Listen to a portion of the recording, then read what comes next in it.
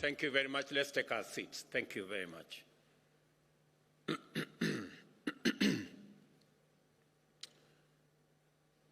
Excellencies, honorable ministers, distinguished delegates, ladies and gentlemen, good morning and welcome to Nairobi.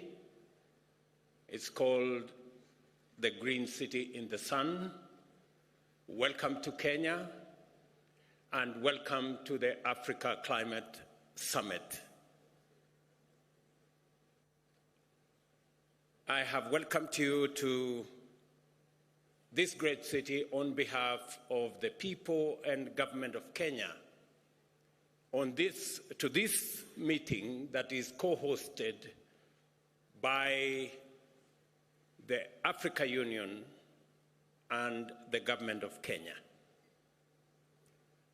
Let me give you a bit of information that will make it easy to find your way around. Nairobi is a very interesting city. On one side, there's a full canopy forest, and on the other side, we have a wildlife national park.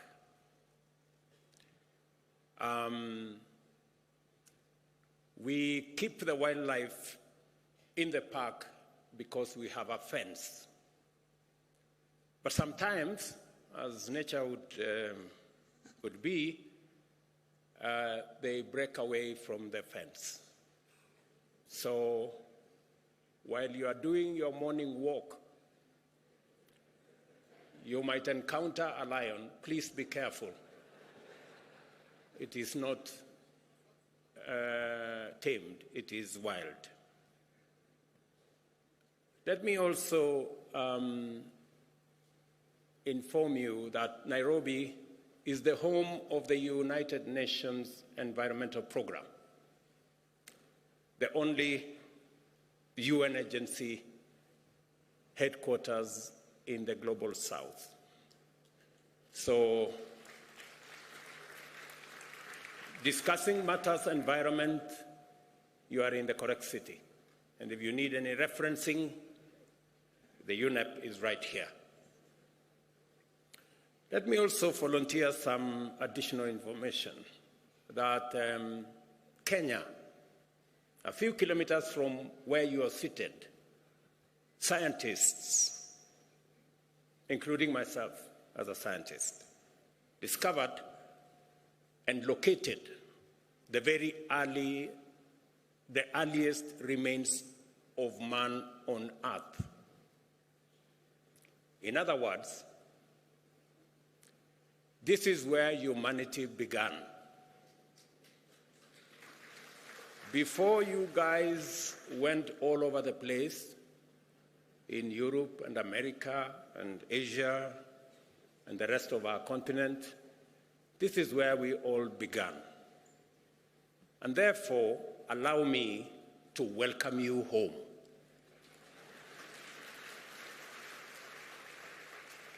And in a few months, we are having a conversation as Kenyans. In a few months, we are seriously considering abolishing any visa requirement because it is unfair to ask anybody coming home for visa.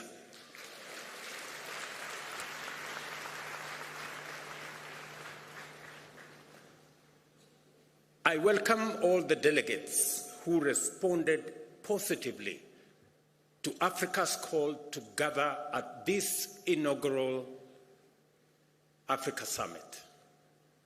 In order for us to imagine, design, and then build a future of prosperity for Africa and the world. You have just stepped into, let me take that again. You have not just stepped into a conference hall. You have entered the future, a future ripe with potential driven by global partnerships committed to African prosperity, inclusive growth, and a livable planet for all of us. Clearly, Therefore, this is no ordinary summit. We are not here just to talk about Africa or climate change in the usual way, which often accentuates our divisions. You all remember the North versus South, developed versus developing, polluters versus victims, and the whole of that conversation. And even within our own government, sometimes we have conversations around economic development, so badly needed for us to achieve stable and dignified livelihoods, and is often cast as a trade-off with environmental stewardship as if they are mutually exclusive, when in actual fact they are positively reinforcing. Let me be clear, these conversations are necessary. Africa's carbon footprint remains small, but the human toll of climate change is disproportionately high. The urgency to address loss and damage and to configure appropriate financial mechanisms for resilience grows with each extreme weather event and each bout of climate-induced insecurity. A complex interplay of needs and responsibilities is a daily challenge, but it should not lead to a deadlock. We must be alert to the fact that they can sometimes blind us to the bigger picture. Delivering prosperity and well-being for Africa's growing population without pushing the world deeper into climate disaster is not just an abstract proposition or a mere wishful thinking. It is a real possibility proven by science and affirmed by emerging experience. An opportunity-oriented focus on climate action is the engine for propelling Africa into a realm of stability and prosperity, elevating us to middle-income status and beyond. This context is precisely what sets this climate summit apart from others. It aims to unite us across neighborhoods, across sectors, across institutions, local or international, across country borders, across continents, and across generations. It is because we all have a shared stake in the Earth's ability to sustain life that we must envision together a future that embraces the values of equality, human security, and shared prosperity. Africa possesses all the necessary conditions to realize this future. Our foremost asset is our young and growing young people and workforce, educated, skilled, and motivated to pursue industry, innovation, and enterprise. And we saw them here speak ably this morning. And I congratulate the young people who've been here for the last 3 days, and they have done a tremendous job in the Youth Summit. We have ample renewable energy potential as well, and the natural assets and resources to green our own consumption, but also to meaningfully contribute to decarbonization of the global economy. We must see in green growth not just a climate imperative, but also a fountain of multi-billion-dollar economic opportunities that Africa and the world is primed to capitalize.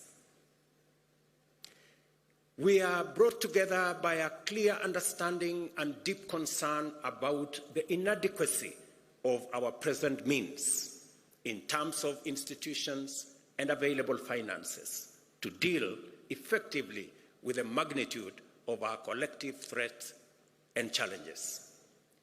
But we will not shy away from the difficult conversations and uncomfortable realities that must be addressed to achieve meaningful change.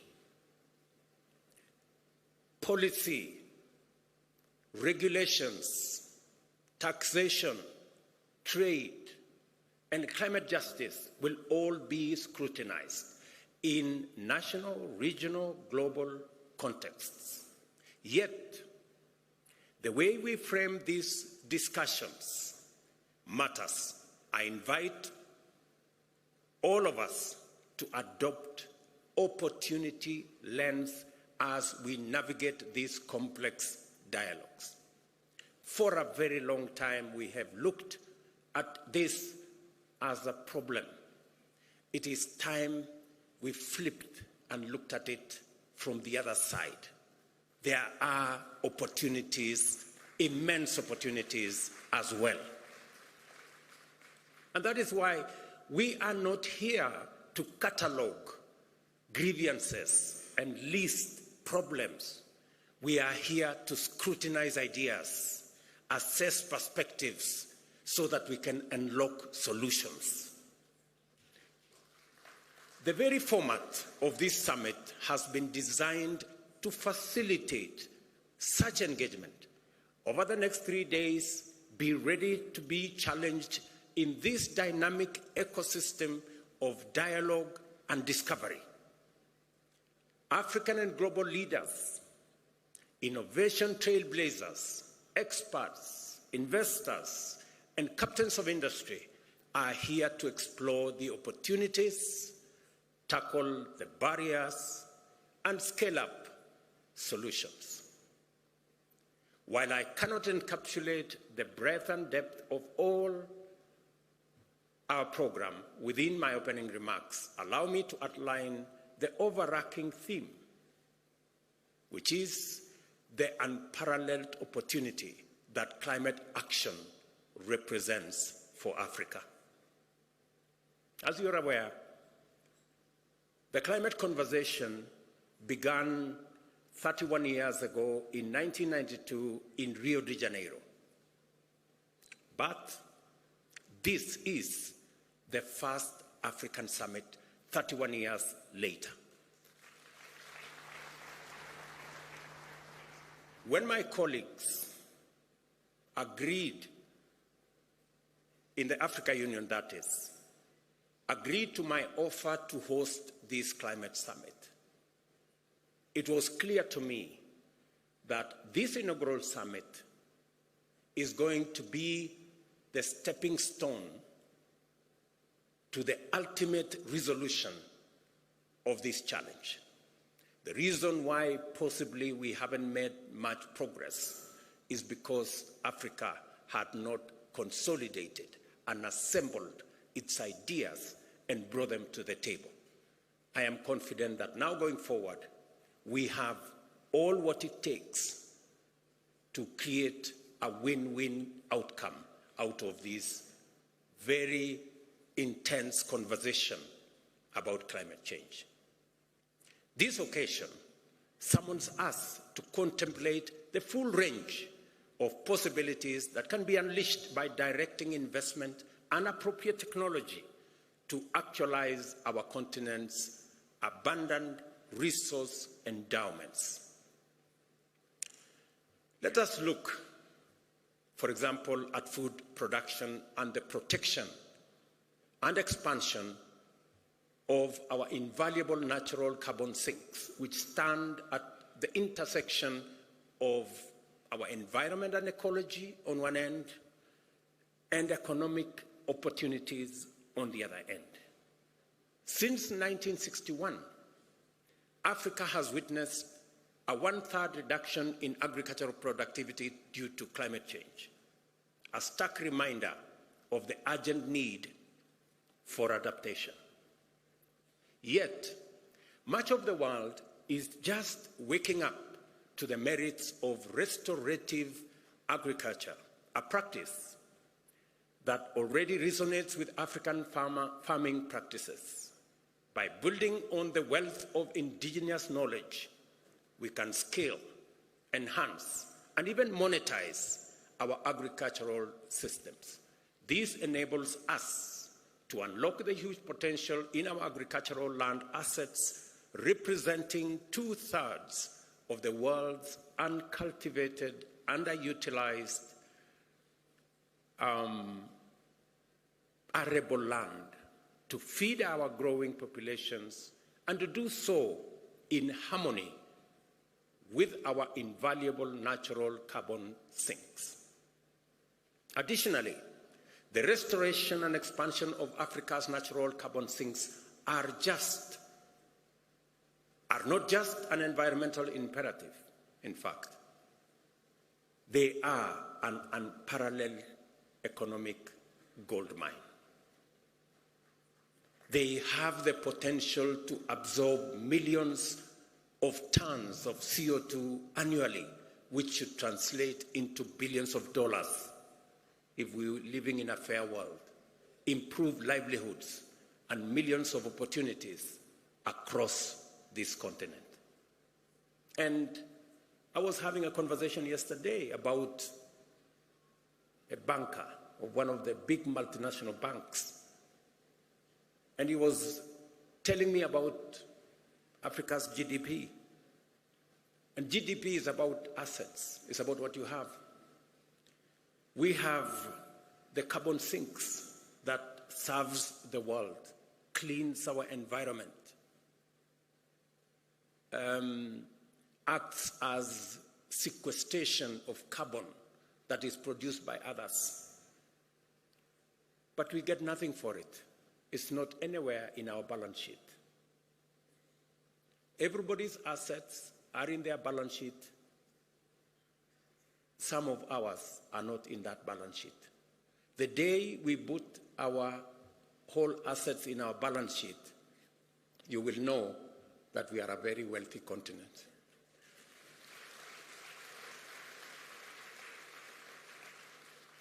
And let me say, we do all that, but it doesn't count for much. But we do it anyway, because we love this world, because it's our home. And that is why the conversation of North versus South must come to an end. Who did what? It's not a conversation that we have the luxury to engage in, because when the apocalypse happens, it will happen for all of us, for the entire humanity. Let me say this. We do this, and all of this comes while safeguarding our biodiversity. We are careful to make sure that that is in place. Our renewable energy resources are not just environmental necessity. They are the ultimate catalyst of radical socio-economic prosperity. They can fuel sustainable development, drive economic growth, create jobs, and also uplift millions from energy poverty, all while reducing our carbon footprint continentally and globally. The possibilities are not just promising, they are transformative. Africa can power all our energy needs with renewable resources. The continent has enough potential to be entirely self-sufficient with the mixture of wind, solar, geothermal, sustainable biomass, and hydropower. In Africa, we can be a green industrial hub that helps other regions achieve their net zero strategies by 2050.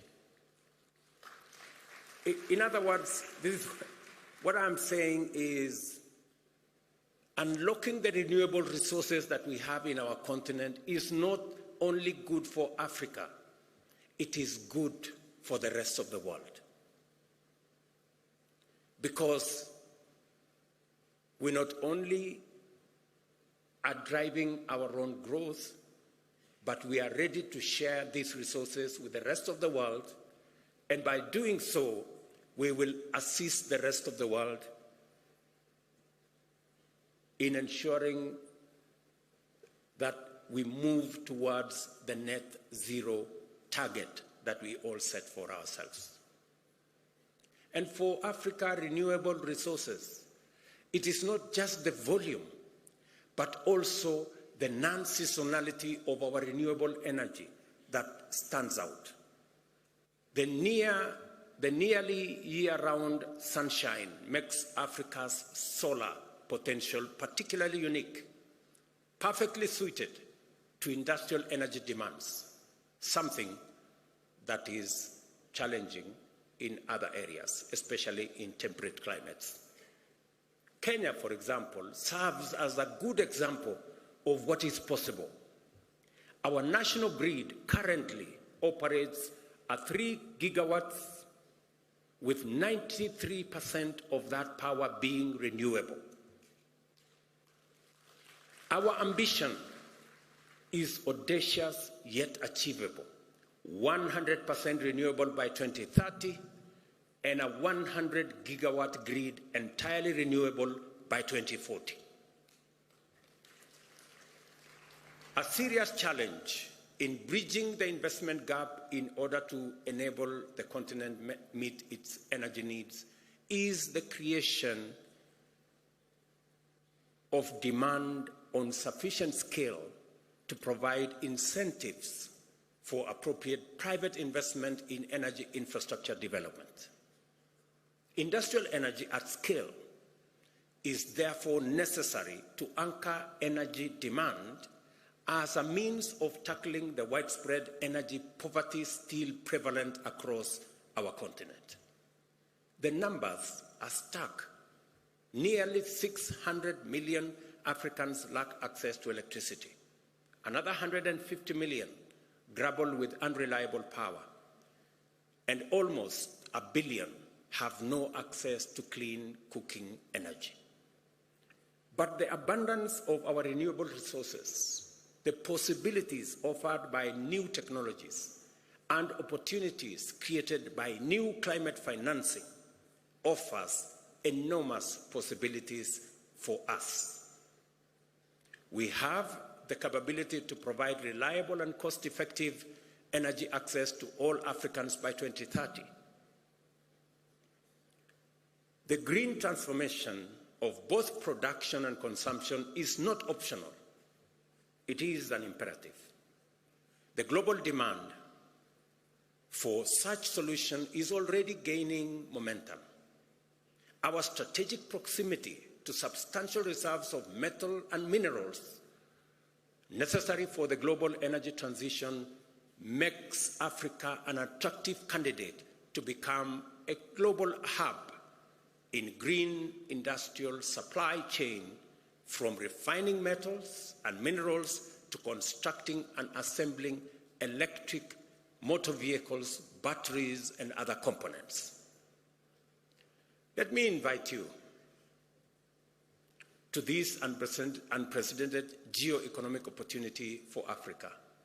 We are already key players in the extraction of these minerals, but much of the higher value addition, smelting, refining, assembly, and even the production of electric motor vehicles happens elsewhere. Let's put some numbers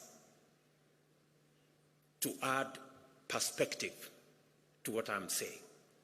By 2025, the mining of battery critical minerals, nickel, lithium, cobalt, is estimated to generate some $11 billion in value.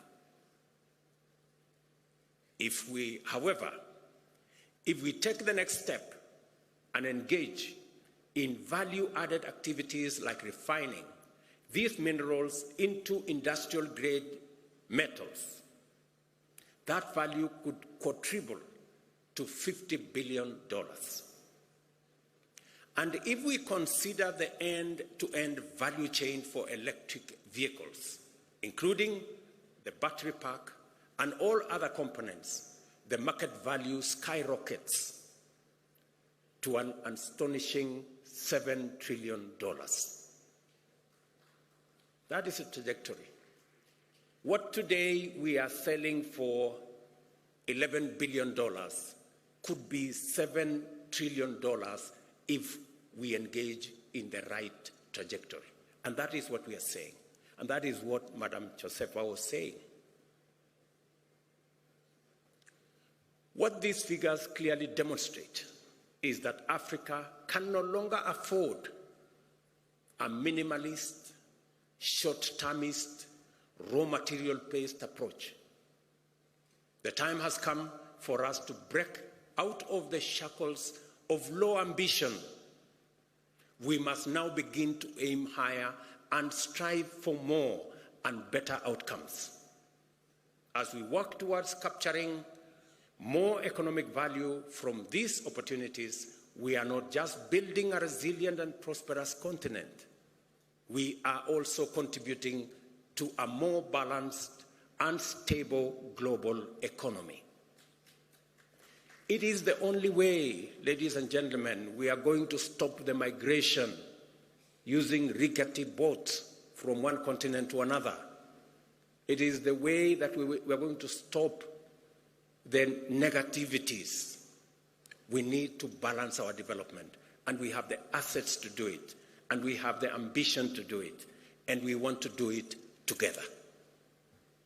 Trillions of dollars globally are looking for green investment opportunities as the pressure to tackle climate change and crisis heightens.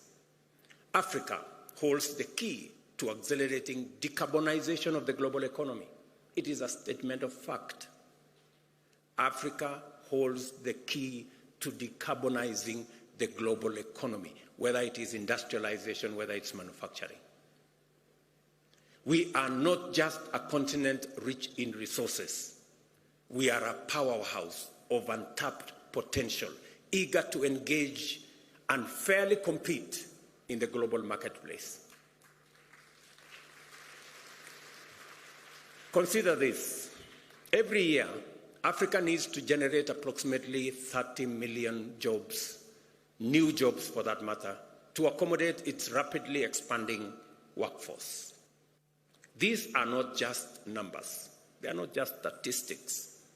These are 30 million opportunities to build our future, 30 million dreams that can be fulfilled through climate-proof avenues of growth, and 30 million steps towards shared prosperity.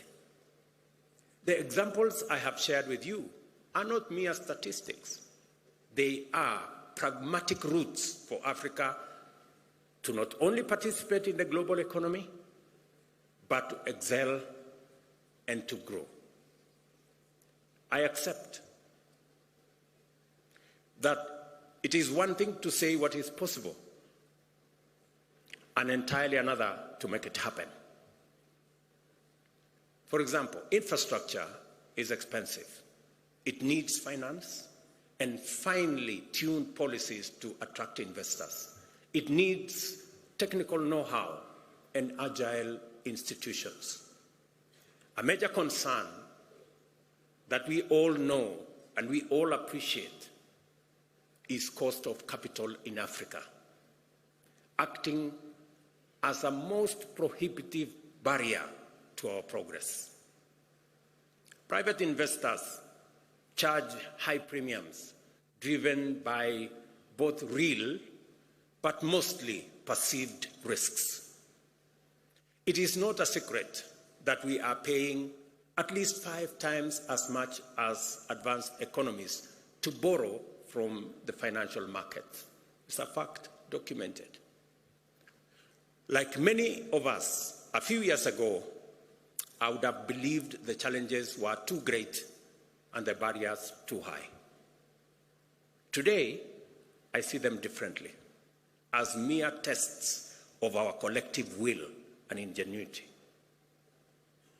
We should develop effective policies and regulations that catalyze investment and entrepreneurship and unleash the creativity of local business.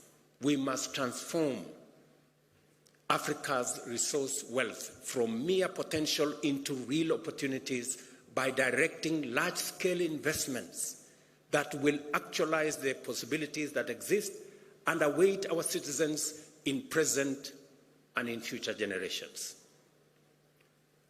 Let's make no mistake, however, we have no choice but to approach this colossal task with clear minds and open eyes.